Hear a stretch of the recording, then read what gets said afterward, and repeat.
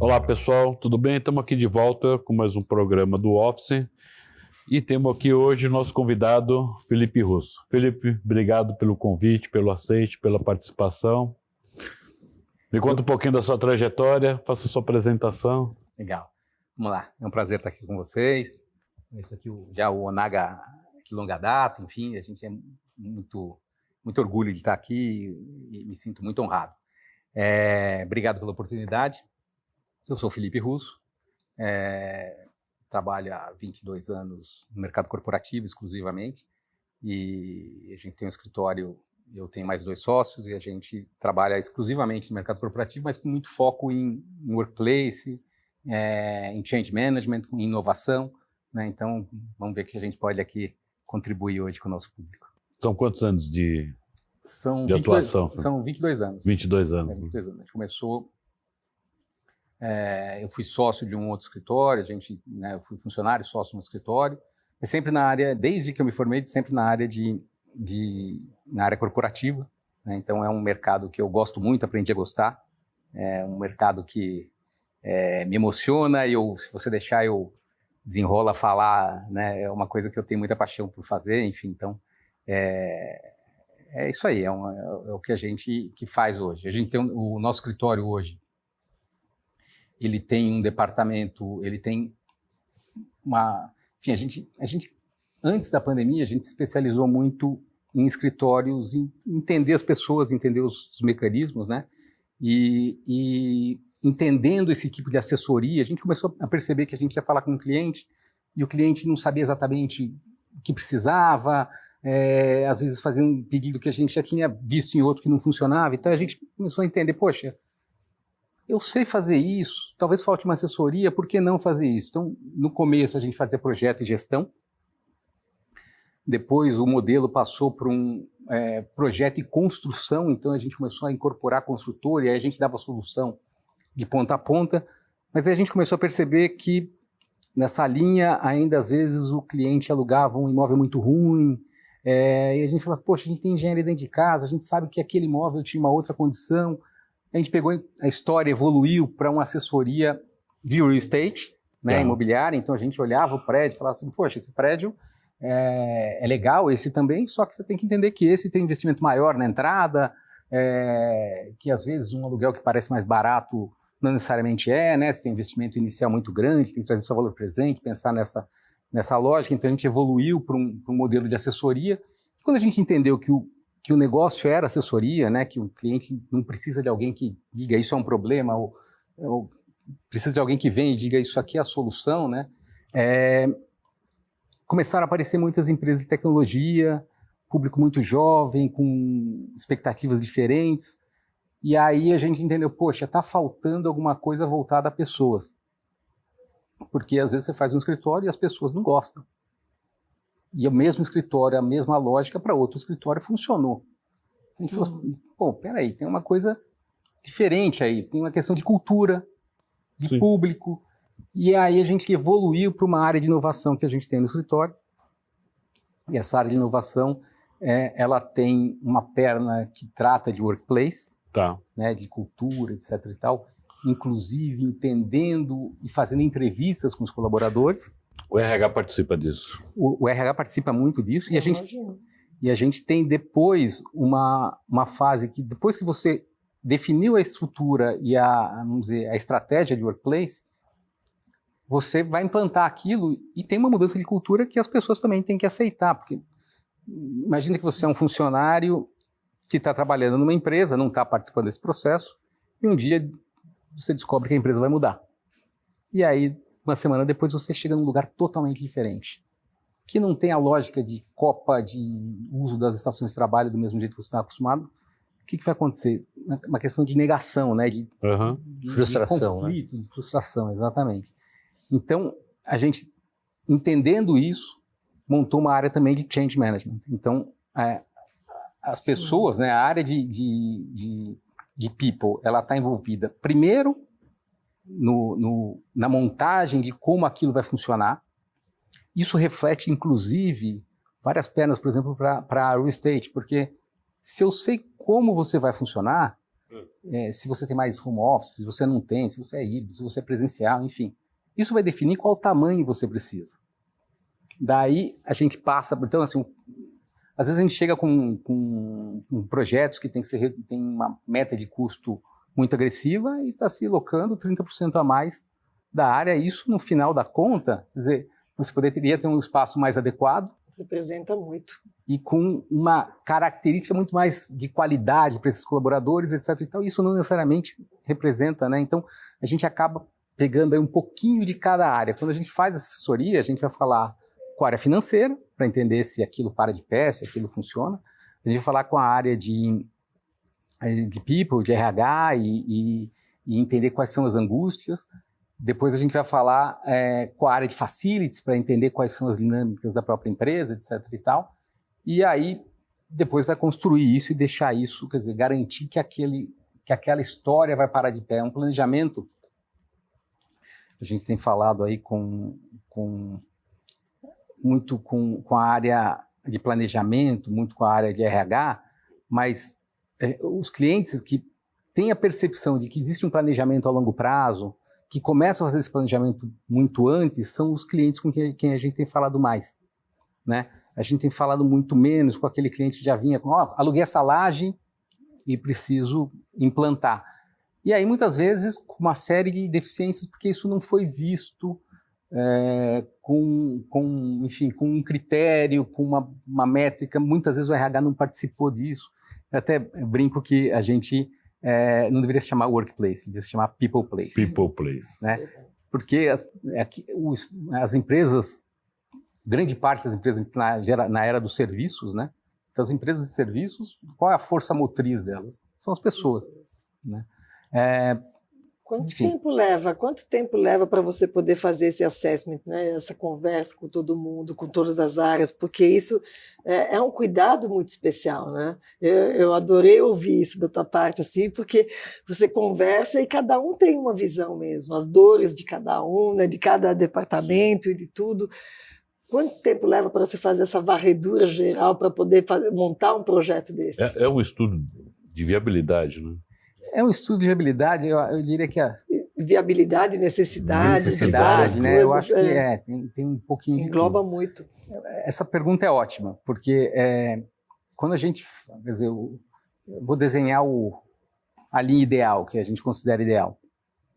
Acho que o primeiro momento é entender e fazer uma pesquisa com os colaboradores, que é entrevistá-los. Entrevistar 100% da empresa. E essa entrevista não é uma entrevista... O RH me faria uma entrevista de temperatura muito melhor que a minha, né? A nossa entrevista é entender quais são as expectativas comparáveis e comparadas com as melhores práticas de workplace. Então, a gente tem esse departamento de inovação, ele pesquisa quais são as melhores métricas no mundo, né? Então, eles estão sempre entendendo quantos phone booths tem que ter para cada colaborador, por exemplo, né? E aí a gente já tem essas métricas, então a gente consegue fazer essas pesquisas e essas pesquisas vão se traduzir em espaços potenciais. Isso leva em torno de 8 semanas, né? Então a gente tem uma fase de preparar uma pesquisa que é personalizada, nosso trabalho é muito personalizado. Para essa empresa as perguntas são essas, para outra, né, muito customizado. Depois a gente passa, se houver um processo de real estate, isso é depois do workplace, e as pessoas geralmente têm a ideia de que é o contrário. Por quê? Porque aí eu vou buscar o espaço adequado àquela necessidade humana. Sim. Customizada, né? Super customizada. Então eu vou ter ali, eu vou conseguir, com mais 6, 7 semanas a gente faz uma RFP para o mercado, lança os prédios, são oferecidos, a gente avalia os prédios, avalia tecnicamente, do ponto de vista de engenharia, etc. e tal, e aí já entra um componente também custo. Falando aí de prazos, aí a gente passa para uma fase, a gente tem uma shortlist de bons prédios, em 3 ou 4 semanas a gente tem um projeto nos 3 melhores, então a gente faz um projeto com 3D, então o cliente consegue ver exatamente a necessidade dos colaboradores, ele tem dados estatísticos para tomar decisão, né? Então ele sabe que 85% dos colaboradores dele têm problemas com o transporte público, né?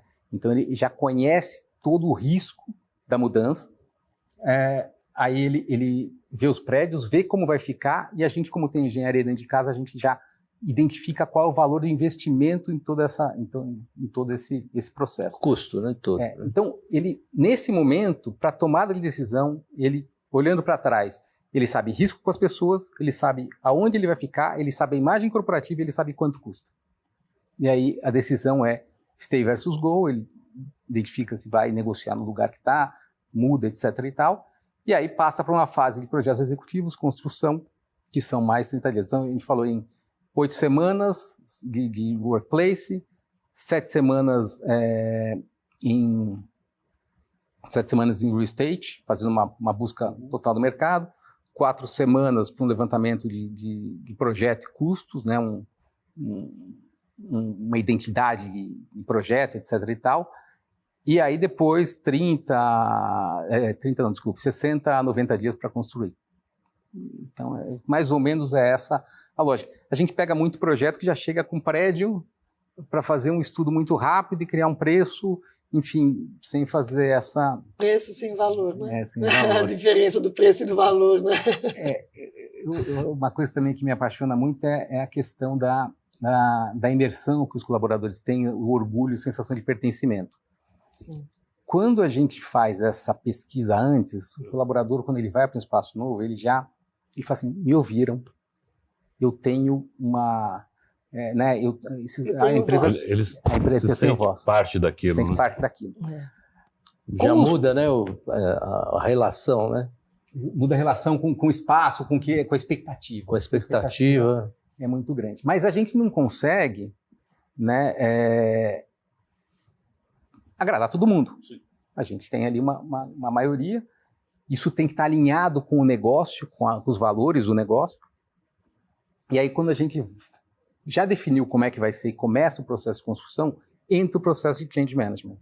Então, eu vou identificar, a Karen não está muito confortável com um assunto, por exemplo, com a cor do móvel. Uhum. E a gente vai entender porque, então, pode ser alguma coisa emocional, ou pode ser alguma coisa real, importante, que faz parte a gente não conseguiu mapear, ou a própria empresa não mapeou, e a gente volta, e muitas vezes eu digo, Karen, peraí, eu vou te ouvir, legal, entendi, vou voltar para a diretoria e volto para você. Aí volto e dou uma negativa para a Karen. Olha, Karen, você me disse isso, mas não podemos ir nesse caminho, porque a cor que você quer é a cor do concorrente, por exemplo. A Karen vai entender que ela foi ouvida na primeira fase, na segunda fase ela foi ouvida e existe um porquê daquilo. Então aí o nível de engajamento dispara, as pessoas percebem que elas foram consideradas durante todo o processo. O nível de erro é muito baixo. Um outro ponto que talvez muito interessante, que a gente tem uma estatística que mostra que experiências ruins a gente conta para mais de 10 pessoas. Experiências boas a gente conta para menos de uma. Ou seja, a dor da perda é muito maior do que a dor do ganho. Sim. Né? O risco de uma mudança não está no que está ruim na empresa. O risco de uma mudança está no que está bom. Se você tem uma copa que todo mundo ama, você vai para um lugar que tem uma copa muito pior, você perdeu 3 pontos naquele item. No workplace, no espaço de trabalho, no staff, você ganhou 20 pontos. A sensação das pessoas é que elas perderam. E isso contamina, né? Então, quando a gente faz um change management, ele envolve todas as áreas críticas do escritório. Então, a gente vai falar com facilities, sempre existe um comitê de influenciadores que semanalmente vai avaliando a evolução do engajamento, etc. e tal. Então, a gente começa com facilities, RH, tecnologia, porque tecnologia... as salas de reunião tem que ter sistema de bookagem, porque tudo é muito mais ágil. A empresa aceita esse sistema ligado no... Então, como é que eu vou fazer a comunicação da intranet durante todo o processo de change management? Então, tem vários elementos que a tecnologia é fundamental, inclusive isso passa por um investimento em tecnologia. Se você está com todo mundo rodando, ninguém é fixo, você não pode ter desktop, você tem que ter laptop, né? Enfim, então, a gente tem nesse time, então, RH, tem um braço financeiro, facilities e tecnologia, pelo menos, são assim... e comunicação, que é muito importante, porque a gente vai fazer comunicação e tem que se manter toda... Uma comunicação é contínua, né? É integrada ao projeto do espaço também. Eu diria que talvez seja... Eu até estou esquecendo de falar dela, mas talvez seja a ferramenta mais importante do change management. Porque é muito importante que você comunique antes que aquilo vire uma conversa de corredor, Isso. né? Seja uma negativa, né? Porque como a gente tem o potencial... Se sente traído, né? Você é o último a saber, sabe, de uma forma... e aí tem sempre aquele boicotador, né, que fala, isso não vai dar certo, eu já trabalhei numa outra empresa. Então isso vira, às vezes, E mudanças, tem coisas que muitas vezes não são boas Não agrada mesmo. todo mundo, né? Né? Então a gente participa muito de fusões, aquisições, mudanças de comportamento pós-pandemia. Então tudo isso que a gente já tinha antes da pandemia ganhou muita força com a pandemia, porque as necessidades se exacerbaram em função né, as pessoas foram para casa, enfim. Então, às vezes a notícia de uma fusão representa demissões. Então, uma comunicação à frente, realmente, a gente dá uma notícia ruim e não deixar que a pessoa interprete essa notícia ruim com todos os demônios que ela tem, ainda assim é melhor. Então, a comunicação contínua, a transparência, isso mostra um fair play da empresa com os colaboradores, né? Então, é uma coisa assim... De novo, né? Eu sou apaixonado. Se vocês deixarem, eu vou ficar aqui 3 horas. Como funciona o pós-venda? Então, vocês entregaram o projeto. Como você mexe muito com as pessoas e esses desconfortos acontecem, né? Por quanto tempo vocês ainda ficam... Essa pergunta foi ótima. É importante saber. Eu vou ter que falar um pouco aí, para responder a sua pergunta, se você me permitir, um pouco das tendências do espaço de trabalho. Isso. A gente já passou, acho que, por 5 gerações de tipos de escrivaninha, mesinha L, cubículo, sala fechada, landscape, enfim.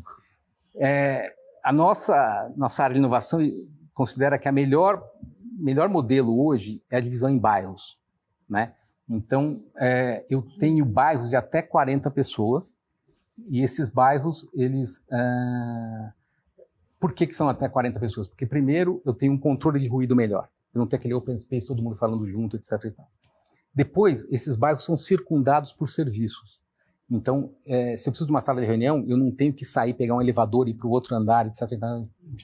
Empresa de 15 mil metros. Você imagina o quanto você tem que andar. Para caminhar, né? chegar no Então, você tem os serviços todos perto. Então, tem phone booths perto, tem salas de reuniões perto, tem áreas colaborativas perto, etc. Então, então eu crio vários microclimas ali, microespaços, e eles funcionam de forma autônoma. O que tem de mágico nisso? Você fala assim, poxa, eu tenho um time de 60 pessoas, né? E o bairro é de 40, esse time vai usar 2 bairros. E os bairros, essa ideia de que o espaço de trabalho é rotativo, então os gestores falam, poxa, vai sentar o cara do comercial, vai falar alto perto da pessoa de RH que está falando de salário. Para isso existe a divisão de bairro, você senta em qualquer lugar do seu bairro. Então já existe uma sinergia, né, planejada ali, e aí uma equipe maior ela usa 2 bairros, 3 bairros, enfim. Isso dá uma modularidade, uma vantagem estratégica para o gestor, porque ele mudou a necessidade, ele não tem que quebrar parede, montar mais mesas, etc. E tal. As pessoas vão para casa na sexta-feira sentando no bairro azul, chegam na segunda-feira sentam no bairro laranja. Então a mobilidade é total. A gente tem experiência até disso. Cada bairro, cada módulo tem um conjunto de apoio para esses colaboradores. Então a gente separa a área de clientes, que é uma área mais, né, específica, que a pessoa não necessariamente vai ver a operação, mas depois o escritório é todo dividido em bairros. E aí entra um pouco do pós. A gente tem o change management nosso, ele acompanha a pós-mudança. E ele identifica que, às vezes, o planejamento de um gestor, ele fala assim, olha, eu tenho back-office e vai todo mundo vir para o escritório. E você vai lá naquela área que foi planejada e que teve um rateio só de 80%, tem 30% das pessoas trabalhando lá e montando espaços vazios. Um outro que está tendo Então, você consegue identificar e fazer uma correção de rota. A gente tem um case muito interessante que a gente fez para uma empresa de seguros global, 15 mil metros de planejamento, dividido em 3 etapas, 2 no São Paulo e 1 no Rio de Janeiro. Quando a gente estava acabando de construir a primeira etapa, eles fizeram uma compra global de outra corretora de seguros. Por uma aquisição, né, por um posicionamento de mercado por aquisição. E aí tinha que colocar esse pessoal junto, né? Então tinha 2 RHs, tinha dois tudo, né? Cada empresa tinha uma... São os ajustes. Quem vai embora, hein? Como que isso funciona, né? Porque... Não funciona, né? Não, então, mas como já existia... Primeiro, as pessoas estavam treinadas. A gente fez o change management. Então, elas já tinham a cabeça de que elas eram... O trabalho não está onde você... Né? O problema não é onde você está, é o que você faz. Então, as pessoas já estavam com esse mindset ali afinado. Em São Paulo, que foi esse primeiro case, eles mudaram em 3 meses. Em 3 meses, o outro time da outra empresa, a gente só mudou o rateio, readequou os bairros que já estavam... Mudou uma cadeira de lugar. E eles funcionaram. No resto do mundo, porque foi uma compra global, chegou a levar 1 ano e meio. Uau! Esse projeto de São Paulo virou referência para a empresa globalmente, né? E a gente tem muito orgulho desse case aí, porque ele realmente testou todos os nossos limites, né? A gente fez um trabalho de real estate, entendeu quais eram os melhores, né, produtos para front office e back office, montou esse escritório, teve esse desafio. Durante esse processo que eles mudaram, a gente ainda construiu mais meio andar para acomodar, só para ficar mais confortável, e realmente foi um case, né? E aí a gente, nesse caso especificamente, a gente teve um grande trabalho pós-obra de olhar e falar, olha, aqui apertou ali, né? Vamos readequar os bairros e tal, então isso é muito legal. Tem até um evento de homologação do colaborador, ele recebe ali o crachá, recebe o seu kit de boas-vindas, etc. e tal, e ele é treinado, ele conhece, ele recebe uma apostila, ele conhece como é que o escritório vai funcionar dali para frente, etc. e tal. Isso, a gente tem até filmagem do primeiro dia, e a gente lê o lábio da pessoa falando, uau, sabe, é uma coisa que realmente tem um impacto muito legal, a sensação de pertencimento muito grande, né? Que foi e você consegue interagir com esse colaborador como escritório de arquitetura, prestando um serviço para eles? Eles te ouvem, te aceitam como conselheiro, vamos dizer? O processo de change management é um grande desafio. A gente passa todo o processo, são 2, 3 meses de construção, mapeando quem é resistente, entendendo a evolução. Aquele fulano é resistente, ele é um grande influenciador, ele tem uma voz ativa. A gente fala, semanalmente, a gente tem um mapa que vai mostrando a temperatura dele. Ele começa vermelho, às vezes, em 4 semanas ele ficou laranja, em mais 3 ele ficou verde. Tem colaboradores que vão vermelhos, porque são realmente... resistentes. Né? Eu acho que uma coisa muito importante que esse processo mostra é que a decisão nunca é tomada na base da pirâmide, né? E quando você faz esse processo, você começa a ouvir a base da pirâmide. E qual o grande volume, né, dos colaboradores? São aqueles que... Né, então, assim, existe a área estratégica, a inteligência, etc. e tal, mas existe também, né, todos eles são importantes. Quando a gente passa por esse processo de ouvir, então, é muito legal, por exemplo, que nas nossas entrevistas tem o CEO falando e tem o analista falando da experiência dele, né? Então, a hora que ele tem essa sensação de pertencimento, de que foi feito para ele, que ele foi ouvido, né? O nível de engajamento é altíssimo, né? O Instagram, essas coisas, o pessoal que selfie, inclusive algumas no Change Management a gente inclusive tem algumas ações de engajamento por redes sociais, etc. e tal. Então, os times de influenciadores são montados com a base da pirâmide. Eu não consigo falar para todo mundo, mas tem todo um processo de time de influenciador que vai visitar a obra durante o processo de construção, aí ele leva para os colegas as fotos, publica, etc. e tal, fala, nossa, a gente foi ver, está ficando muito legal e tal. Então, as pessoas conhecem o projeto muito antes de ele ficar pronto. Elas conhecem a jornada, né? Como se estivesse reformando a casa deles. Como se estivesse reformando a casa deles, paixão por paixão. Entendi. A gente, em um dos casos, a gente conseguiu, com a equipe de People, fazer uma cápsula do tempo. A gente montou na recepção um lado do drywall, todo mundo foi lá visitar a obra, deixou mensagens de boas, né, mensagens positivas dentro do drywall ali, e a gente fechou aquilo. Quer dizer, eles sabem que ali dentro tem uma mensagem deles, que quando esse escritório for ser demolido, a pessoa vai ver né, a mensagem que ele deixou. Então isso transcende aquela coisa do... pega isso aqui, quanto custa, a cadeira é coloridinha e, né, uma coisa muito técnica, muito distante, em que as pessoas não entendem o valor daquilo, e acho que isso faz muita diferença. Você percebe que as empresas que mais abrem as portas para esse tipo de trabalho são de gestão horizontal ou de gestão vertical? É importante uma saber pergunta disso. difícil. Eu diria o seguinte: existe a decisão de um patrocinador, né? Que define aquilo. Então, eu diria que a maioria delas são empresas de gestão vertical com uma cabeça de gestor horizontal. Talvez fosse... perfeito, né? É isso aí. Então, tá bom. Nesse caso, pode citar nome da empresa? Pode. Nesse caso dessa corretora, que é a Marsh, o líder tem uma cabeça super aberta. A cadeira dele é exatamente igual à cadeira do estagiário, né? A mesa dele é exatamente igual à mesa do estagiário e vem de uma estrutura anterior muito hierarquizada. Então, acho que isso é um processo, acho que, assim, um caso super interessante desse aí é que, durante esse processo, abriram-se muitas oportunidades até de debate. Então, se definiu que a empresa os homens poderiam usar bermuda durante o processo. Então, no escritório novo, vocês podem ir de bermuda. No primeiro dia, no prédio, o prédio não podia entrar de bermuda, né? Então, ainda... E o prédio mudou política por conta disso. Olha que ótimo. Né? Então, quer dizer, foi só o primeiro dia, mas tinha né? Então, isso é escalonável, isso é contagiante, entendeu? Sim. Então, a hora que uma pessoa... E é muito legal que, às vezes, assim...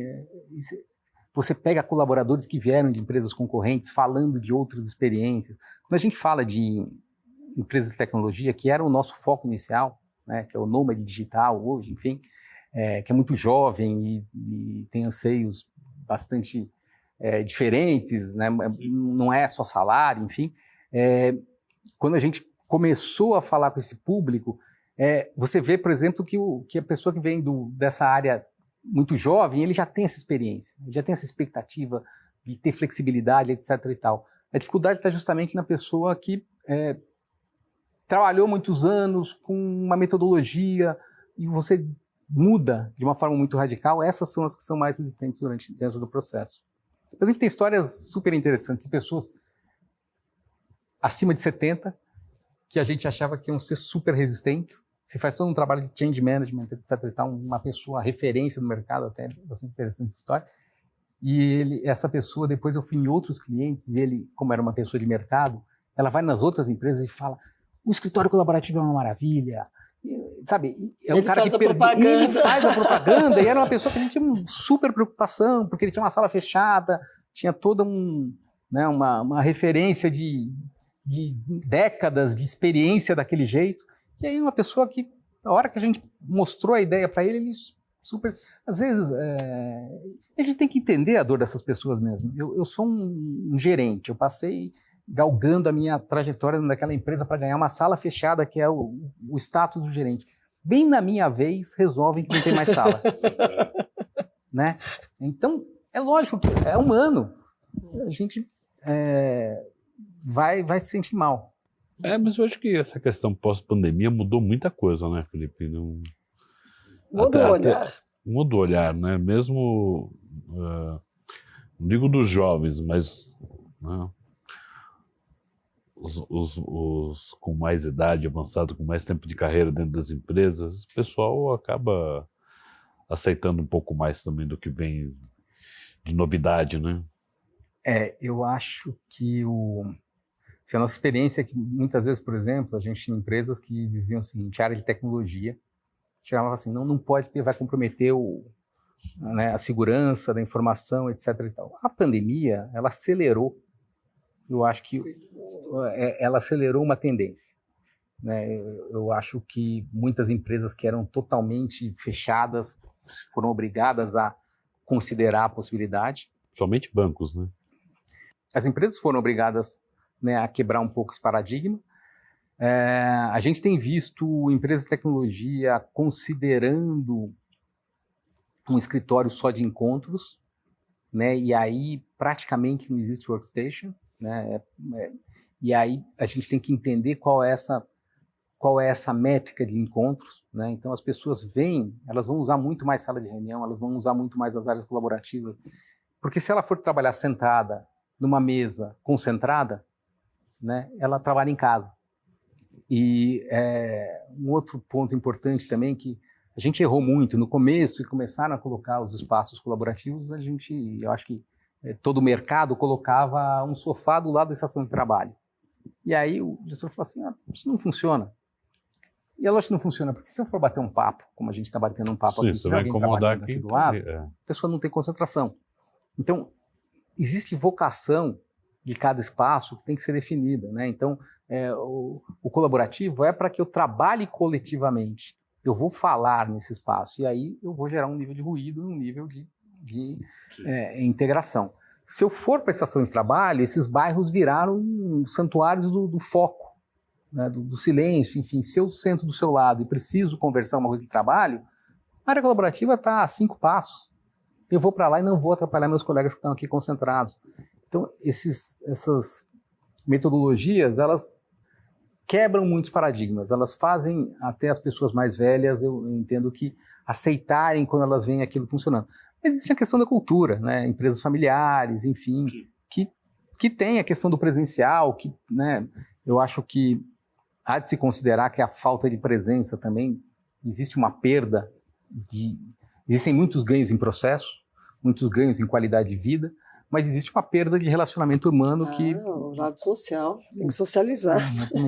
Cultura, né? A cultura da empresa se transmite dentro do espaço dela, né? Então, isso a gente já percebeu por pesquisas, tudo, né, Karine? Sim, imagina. Eu tenho que fazer treinamento dentro das empresas de socialização, para a pessoa realmente querer ficar junto com outras pessoas e dividir. Né? A gente ficou muito individualista. Né? Essa pandemia deixou as pessoas meio embotadas, né? Esses últimos 2 anos foram bem complicados, né? Uma coisa que ninguém previa, se alastrou por muito tempo, né? E mudou toda uma concepção de ocupação hoje, né? A gente vê algumas empresas aí, o pessoal fala, vamos retomar. A gente teve até participando com a gente o pessoal do Bradesco, do Itaú, né? Santander, dando depoimentos e falando a respeito, né? Cada instituição, vamos dizer, financeira ali adotou um método para isso, né? De como tratar o colaborador e de que forma, né? Até com experiências de reformular, fazer um retrofit em alguns andares, né? Um laboratório para entender o que queria acontecer, porque não existe uma fórmula pronta, né? Não, cada tem empresa... bula, né? É por isso que a gente briga muito para dizer que a solução tem que ser personalizada e tem que considerar a cultura da empresa. É isso mesmo. Né? Eu acho que a história daquela empresa faz toda a diferença, de onde eles vieram, como é que eles cresceram. A gente fala de empresas que têm 3 anos de idade e são gigantescas, a gente fala de empresas que têm uma trajetória de 100 anos, né? Então, são valores que têm que ser considerados. Os projetos hoje têm que ter arte e cultura dentro do espaço, tem que ter biofilia. Biofilia não é só colocar uma plantinha, biofilia é uma paleta de cores que leve a um universo que a gente conhece. Então, quer dizer, quando eu uso paleta de cores marinhas, a pessoa não está no mar, não está na praia, mas ela tem aquela sensação, né, de bem-estar. Então, a neuroarquitetura tem que ser considerada.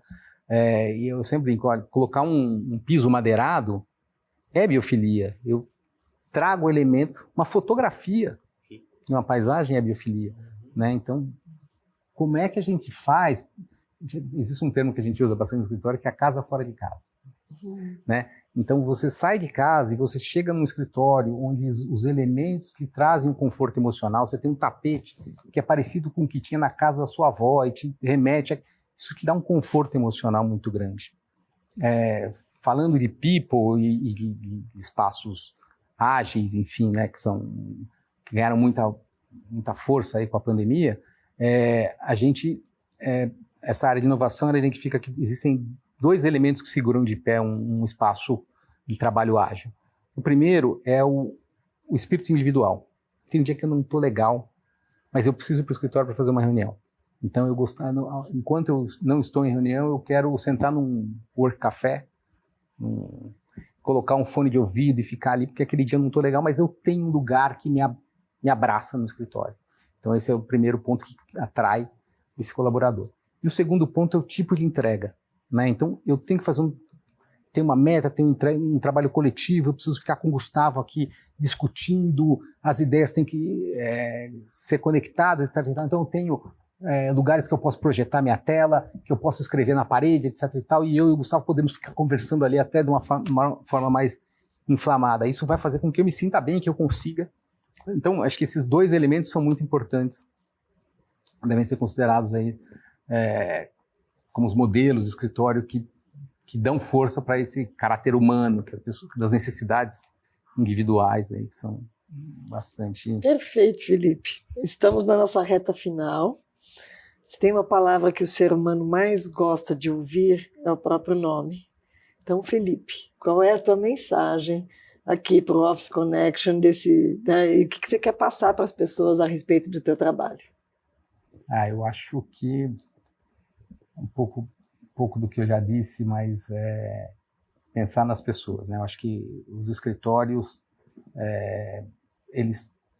a operação tem que parar de pé, ela tem que ser viável financeiramente, mas eu acho que olhar para o caráter humano, né, vai fazer com que o escritório seja muito melhor em todos os aspectos. Então, a lógica ele vai passar pela técnica, etc. e tal, mas os escritórios são feitos para as pessoas ocuparem, né? Não são garagens de carros que são estacionados e ficam lá dias sem, né? Então elas precisam que não se relacionam entre si, enfim. Então é um espaço para pessoas e ele tem que funcionar dessa forma. Acho que é isso. Pensar em gente, acho que é isso que a gente tem que fazer. Muito obrigado. Muito obrigado, Obrigada mesmo, Felipe, pela sua presença.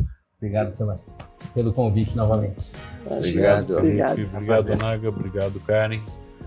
Obrigado, pessoal. Daqui a pouco hoje retorno, vamos fazer uma pausa e daqui a pouco tem um outro convidado que vai participar com a gente do programa. Até já.